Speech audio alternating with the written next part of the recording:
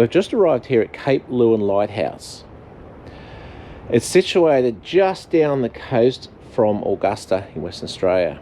Now it's the most southwestern point of Australia. It's where the two oceans meet. The Indian Ocean, which is over there, and way over there, you probably can't see, is Africa. And the Southern Ocean, which is over there, is Antarctica. Now apparently it's the tallest mainland lighthouse. Yes. And we're going to go and do a guided tour to have a look and see what it's all about. But I tell you what, we've picked a perfect day, and there's the beautiful lighthouse up there. And it's still being used. It still guides ships around this southern point of Australia.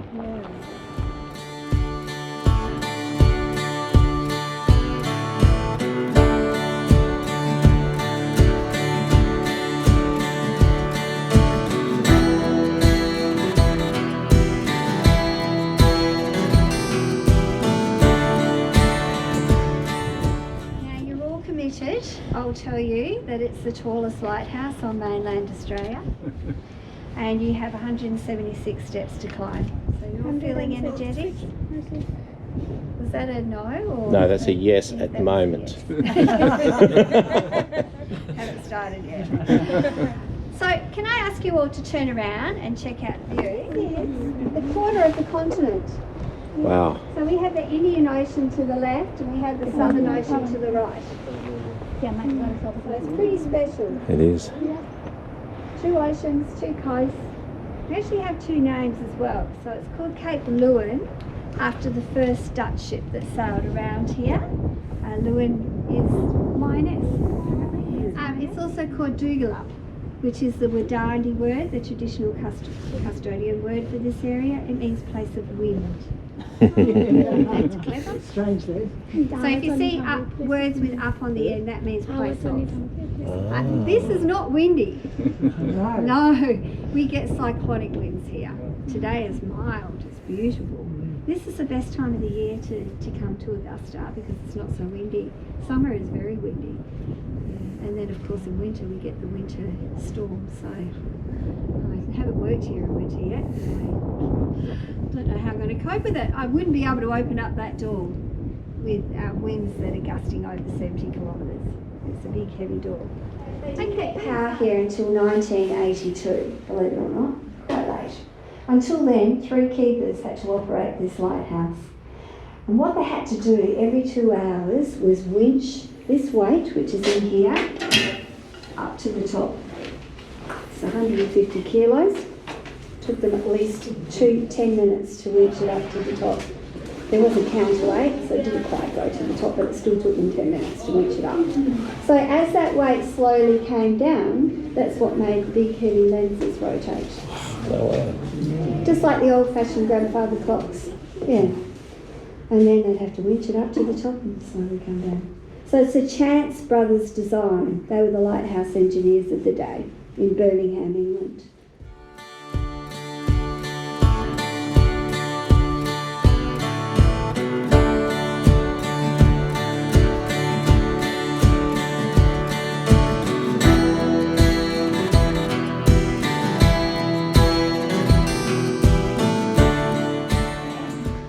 And that's called Quarry Bay.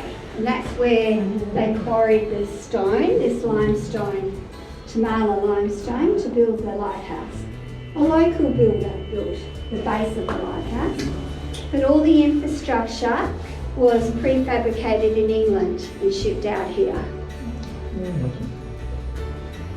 Now, the ship carrying the first lot of infrastructure and mechanism got lost out at sea. Need a lighthouse. The lighthouse. Neither the lighthouse. Need a lighthouse. Back in those days, ships just disappeared. Oh. So it proved to be a very expensive exercise because they had to turn around and get it all remade again. 2 lead crystal handcrafted lenses, the mercury, all this metalwork, it all had to be remade. Did they ever find lead gold? No, I haven't found it. Oh, they're alternate colours, these stairs, because there's a reason. They were alternate colours right down to the bottom. because they had to keep painting the stairs, so they had to keep going up and down. So they would paint the red ones first and then take every second step up to the top on the green. Oh my gosh. Yeah. Carrying the kerosene, Oh. and then when the red dried, they would paint the green. And why did they pick red and green? Oh, port and starboard colours. Yeah, Ah, that's yes. all the original working mechanism.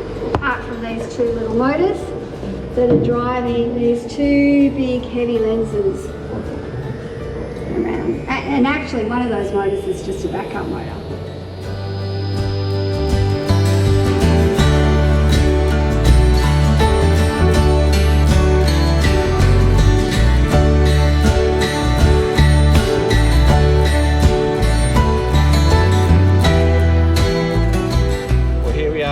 Cape Leeuwin Lighthouse, where the two oceans meet, right there.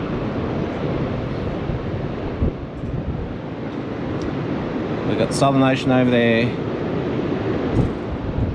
we've got the Indian Ocean over there, and right where those rocks are, that's where the two oceans meet, and you can see the swells coming from both ways.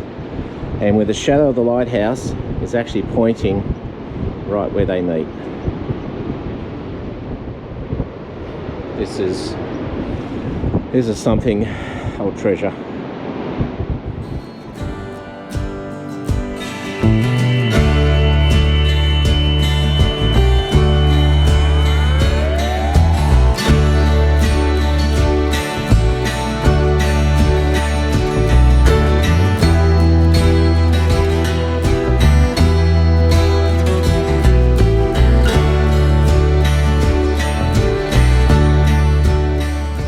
Just down the road from the Cape Leeuwin Lighthouse is this historic water wheel. Yes.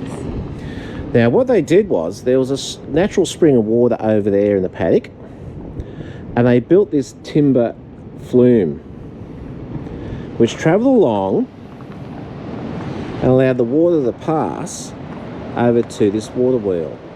So the water would then run down to this big wheel, which is a little bit old these days, it's all seized up, but it would turn with the water flowing over the top of it, and it would turn a pump.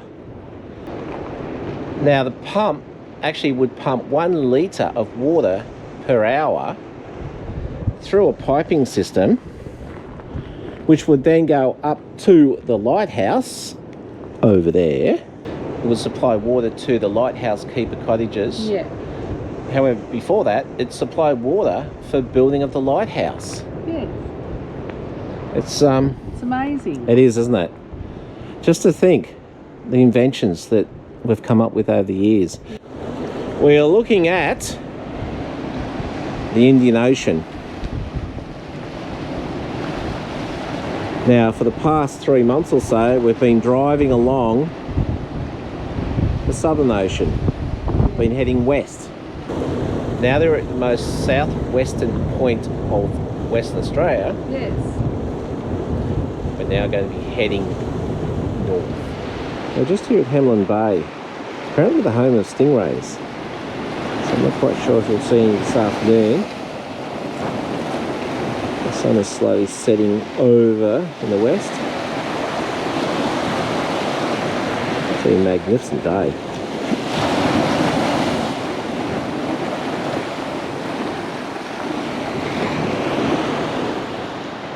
Just in front of us is the remnants of an old jetty. It was the Hemland Bay jetty and was built in 1881. And it was to service the local timber mills. It was 600 metres long and could service 3 ships at a time.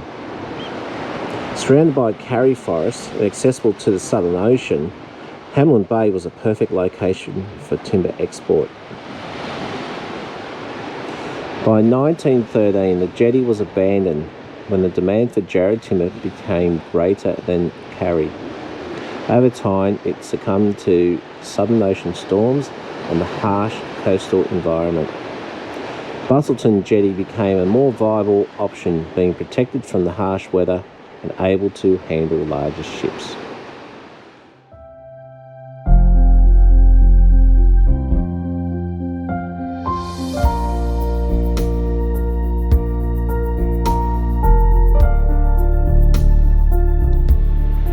just standing here enjoying the sunset. It's our first sunset on the west coast. It's going to be stunning. We're going to see a lot of sunsets as we travel up the west coast in the coming months. This is our first.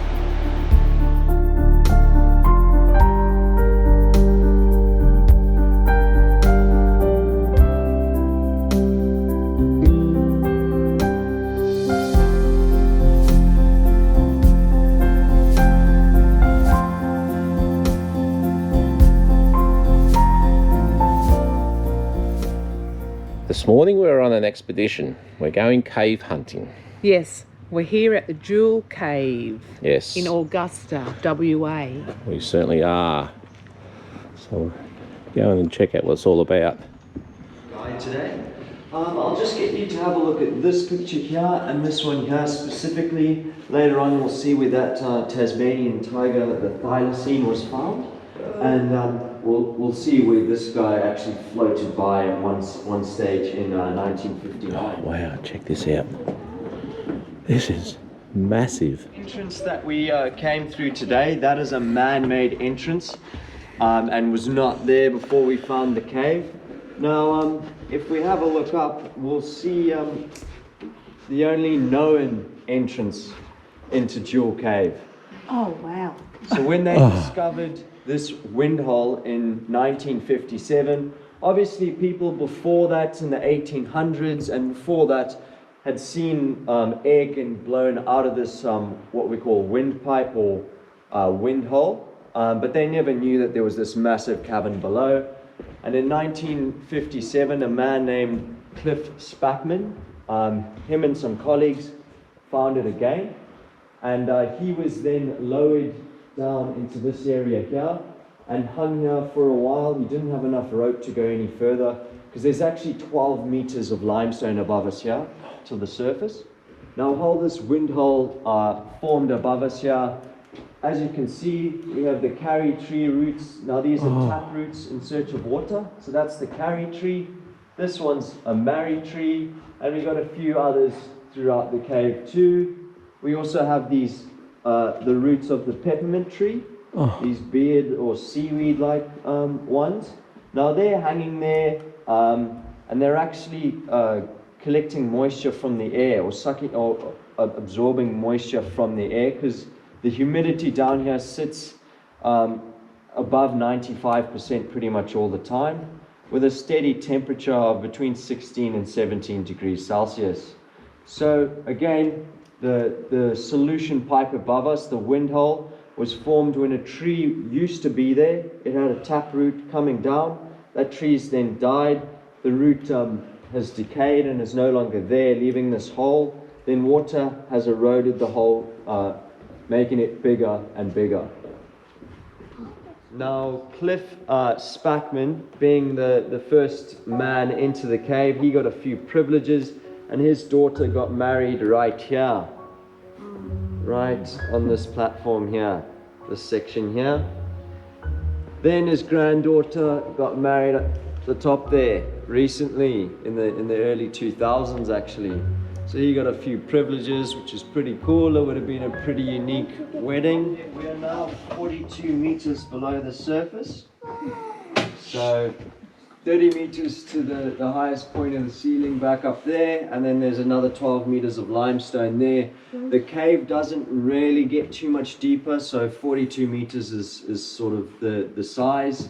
If anybody's been to the Cape Leeuwin Lighthouse, you can actually fit in this massive cavern on an angle. But Jewel Cave is a limestone cave, and it's one of over 100 limestone caves in the area, and they all lie along a limestone ridge that stretches from Cape Leeuwin to Cape Naturaliste. It's known as the Leeuwin Naturaliste Ridge. If you don't really know those, then Dunsborough to Augusta, and it's estimated to be between 1 and 1.5 million years old. And it was formed by sand dunes, so winds blew coral, sand, soil, shells all together and formed these massive sand dunes.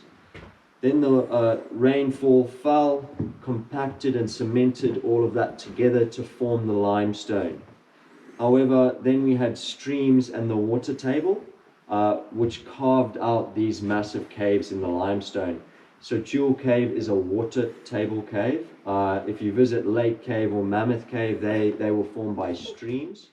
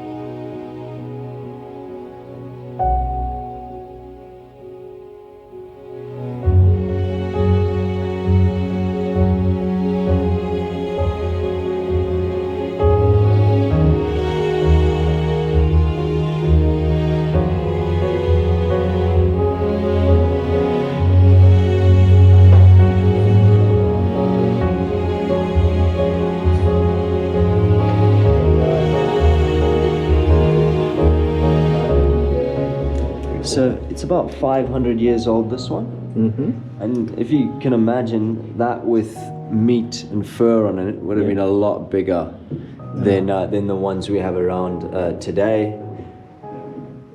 So it is quite cool that it's really well preserved there, but it would have eventually, made its way into the cave, found its way to here, and probably starved, unfortunately. Well, Wow. Jewel Cave. Wow. It was amazing. Yeah, it was good. Beautiful. Only a young cave, as they said. Yes. But incredible. So where are we off to now, Natty? Mammoth Cave. Mammoth Cave. Part of our exploration today. Yes. So we'll rev up the ram and off we go. Well, we're now at Mammoth Cave. Yes, we are. We've come half an hour from Jewel Cave Yep. to Mammoth Cave. Yep. We headed north towards Margaret River, the actual township. So Yes. looks like the office is down this way or somewhere. Yes. We'll go and check out. Looks like some poor old tree didn't quite make it. No. But yeah, just on a side note, check out all these beautiful trees on the way in, up the coast from Jewel Cave. We went through a little forest similar to this, and yeah, beautiful. Got my headphones and my, I don't know, looks like a mobile phone actually, but I think it's a thing that just talks to you. It's good, isn't it? Yeah.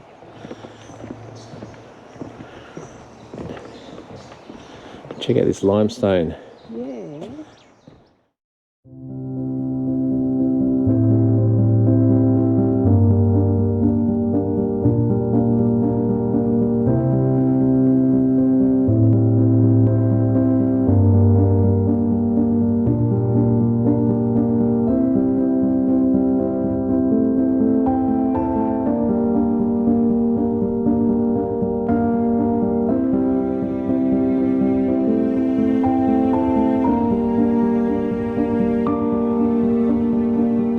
We're just looking at a jawbone here stuck in the wall. It's from the extinct animal from years gone by. It was like a giant-sized wombat. Mammoth Cave was one of the first caves opened for tourism here in Western Australia.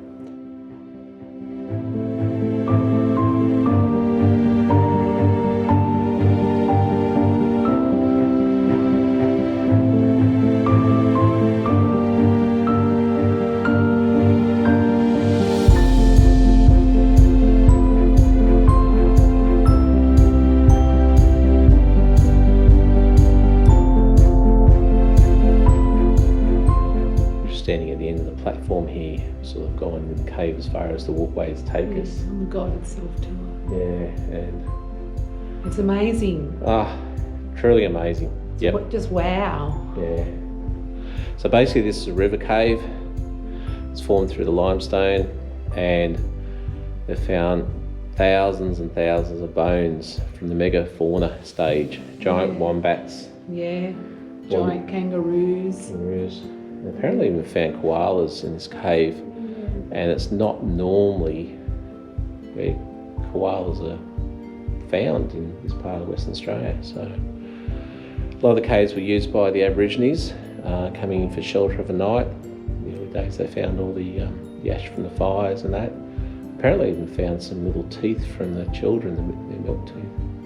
So it is one amazing cave, well worth the visit. And yeah, it's just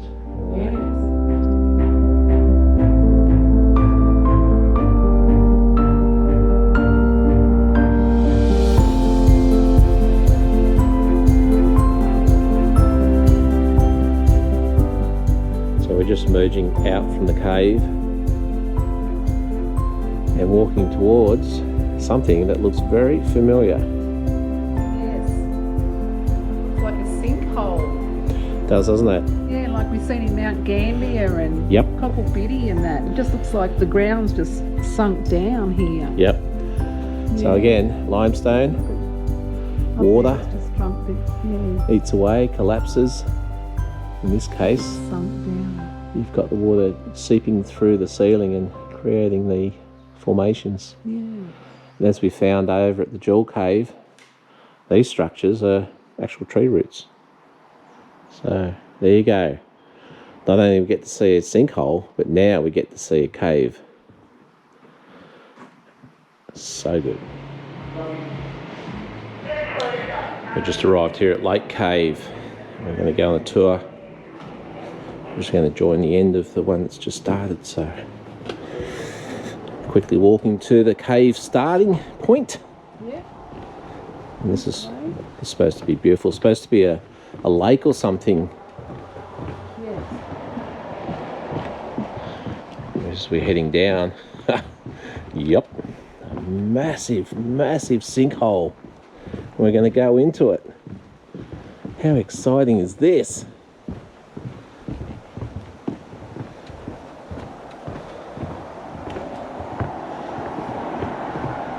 And as you can see, a few cars going past. So these caves are just on the side of the road.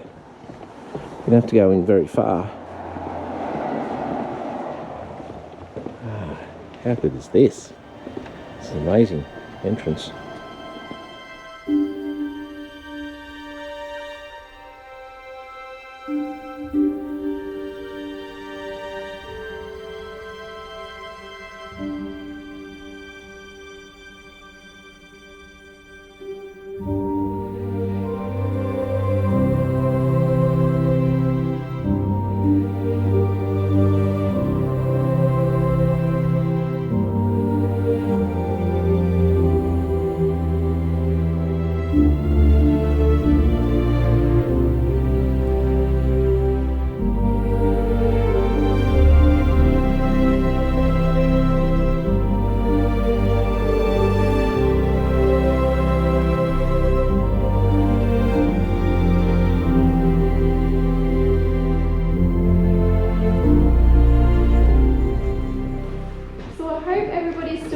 Imaginations turned on.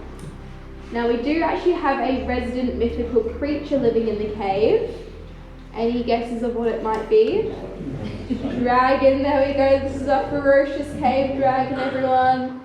You might see its nose, a horn right here, a beautiful wing, and a very sharp pointy leg. Now don't forget about our cave dragon because we will be pointing it out a bit later on with some more lights on it. So if we look over here, this is the next formation we're going to talk about. It's one that we call flowstone. Again, we do like to give things in the cave a bit of a nickname. So inspired by something found in Egypt, what do you think they called it?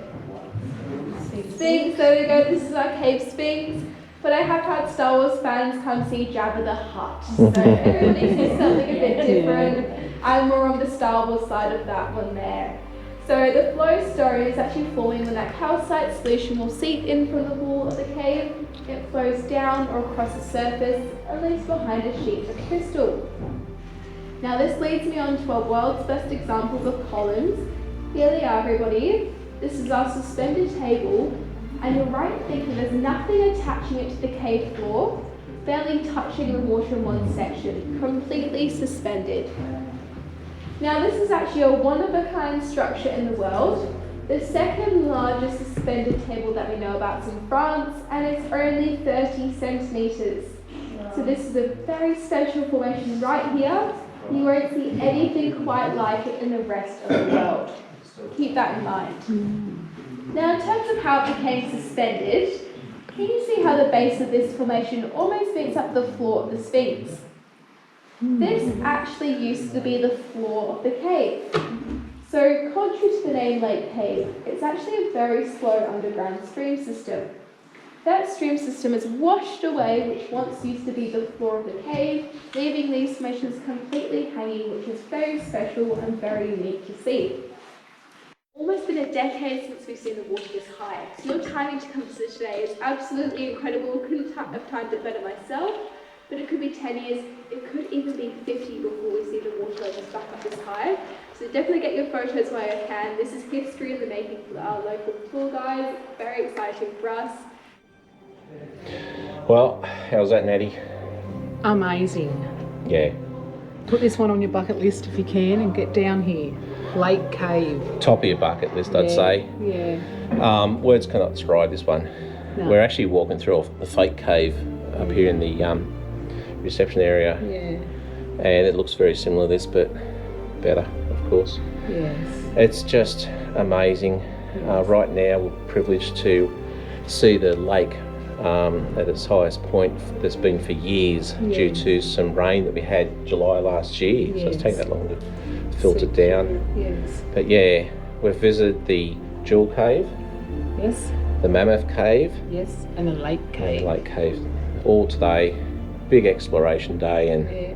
It's been great. I can't say how good it was. It was just Amazing. it was amazing. You need to I think see all it. that is underground. It's just wow. Well, hopefully we can do it justice with some photos. Yeah. But anyway, what you'll see is something similar to this here, but Yeah. 20-fold, Yeah. 100-fold. Anyway, guys, we're going to find something else to explore. Thanks for watching. Thanks for watching this one. We'll go and explore Find something tomorrow. Yeah. Great. Bye. Well, we've just arrived here at Busselton, and there's the famous jetty. I'm going to grab that train, I think, and head out. Apparently it's a underwater observatory out there somewhere. Check out this day. Absolutely another amazing day. So perfect.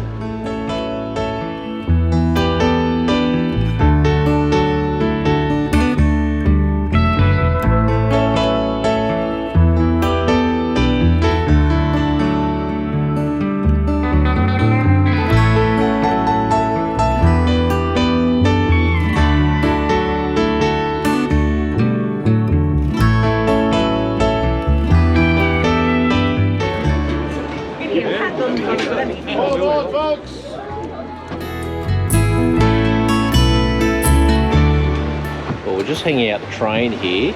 We're heading out along Busselton jetty, and we're going out to the aquarium. Going down under the ground. Yes, all the water. See all the fishes. Yeah. So it's a not so squeezy compartment. Yeah. Built for kiddies, and should be a great afternoon.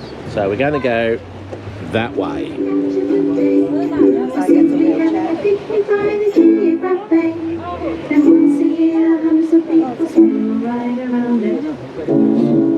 So come aboard and ride the train. We're going down the track along the jetty. Should be on the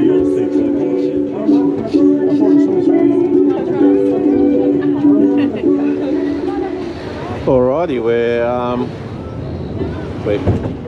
on our way.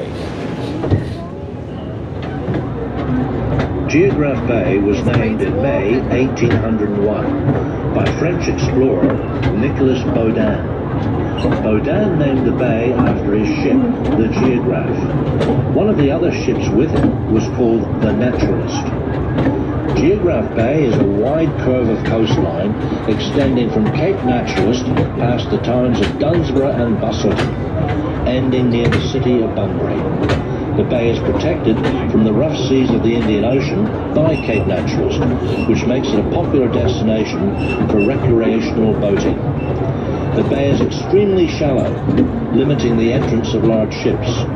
To alleviate this problem, the 1,841 metre long Busselton jetty was built, the longest timber pile jetty in the southern hemisphere. It is still only 9 metres deep at the end of the jetty. Cape Naturaliste is to your left, which is the west, and at night you will see the lights of the Cape Naturaliste Lighthouse flashing, as well as some glorious sunsets.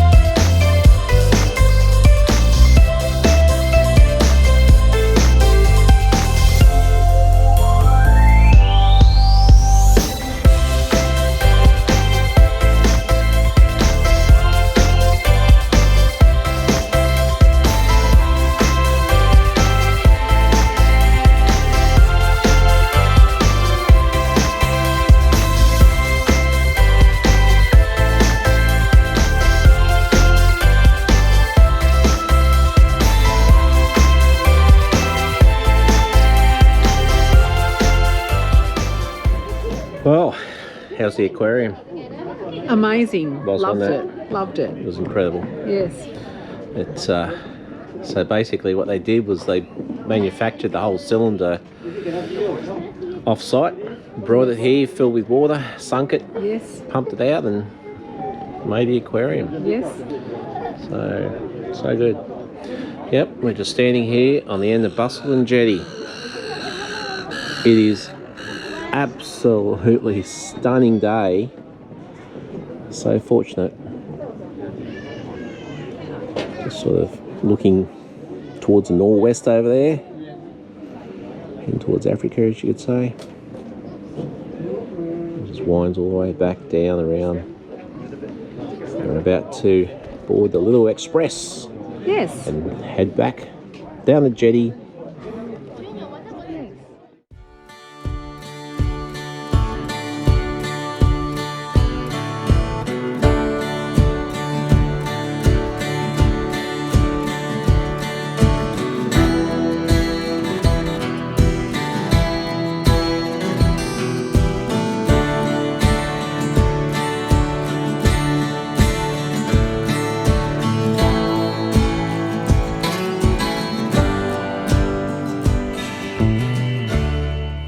Just standing up here at Cape Naturaliste, just enjoying this magnificent day. It's absolutely fantastic, isn't it? Yes, it's a great day. It's awesome. Yes. Not a breath of wind. Geez, we've struck it really lucky. We have. Some of the landmarks we've hit here on the coast, it's just been fantastic. Yes. No wind. Other days, yep. However, today's another one of those magnificent days. Since we've left Nullarbor and Bundy Cliffs, it's sort of settled down a bit. We haven't had a lot of wind, which has been good. Yeah, they say it's best to visit this southwest corner of WA in May, and we did. Yeah. It's just magnificent. Yes. So, yeah. Well, this is probably a wrap of our, I suppose, the southwest corner of WA, isn't it? Or, yeah. We've seen so much. Yeah, we have. We started at Wave Rock, went down to Albany for Anzac Day, most people would come across the Nullarbor and head straight down to Esperance, but we sort of stayed away during school holidays and went across the Southern Cross, down to Hyden to Wave Rock, then down to Albany. Then we went back towards Esperance. We stopped off at Starvation Bay, tried some fishing. We then went to Lucky Bay and had some beautiful days there. And then we come back again and stopped off at Stokes Inlet. Caught some beautiful dark bream. Back to Emu Point there in the Albany and got some squid. Amazing. Then we went ahead across to Denmark. We then went Peaceful Bay as a base camp to check out all the big trees. Tingle trees. Tingle trees, Then we made our way across to Augusta. To get the most southwestern point of Australia. And that brings us to here today. So we're still on that little bit sticking out of Western Australia, but oh, it's been so good, so much here. Give yourself plenty of time in this area of Australia. There's so much to see. We've seen a lot, but there's so much more. However, we head towards Perth after this. Yes, we do. Spend time in Perth, a week or so. So much to see and do. Go out to Rottnest Island. Hopefully get a selfie with a quokka. That's the tickless one. Yes. And then after we check out Perth for a while, we're just going to start heading north up the west coast. And it's going to be absolutely amazing. So thanks guys. Thanks for watching. Till next time.